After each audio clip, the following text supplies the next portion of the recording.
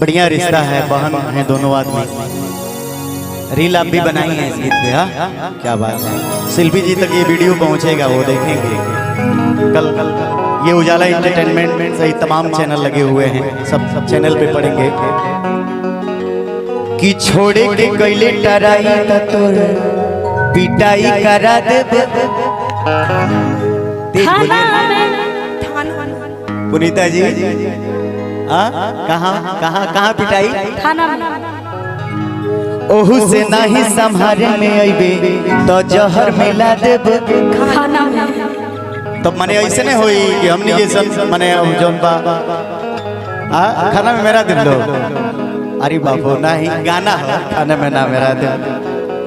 भीजी दुपट्टा न लोरे से कहता नी आज जोरे से आवे पड़ी तोरा घोड़े से।